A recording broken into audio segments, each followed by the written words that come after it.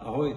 Takže ti z vás, kteří určili, že viníkem by byl řidič, který odbočuje doleva, samozřejmě částečný viník bude i ten řidič, který předjíždí, ale je otázka, zdali pak to mohl vidět, mohl být sluníčko níž a podobně, ale prostě si pamatujte, že než já odbočím doleva, musím vědět, co se za mnou jakoby děje. A určitě nestačí potom třeba u závěrečné zkoušky a podobně udělat před tím odbočením vlevo jenom letmý pohled. Zkuste otočit tu hlavu, pokrýt mrtvý úhel a myslete na to, že nějakým způsobem tam opravdu někdo rychleji jet může.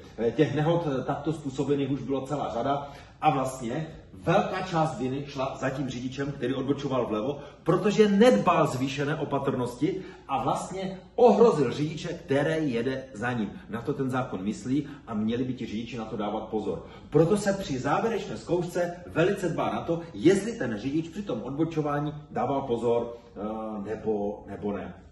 V pohodě na cestě. Ahoj.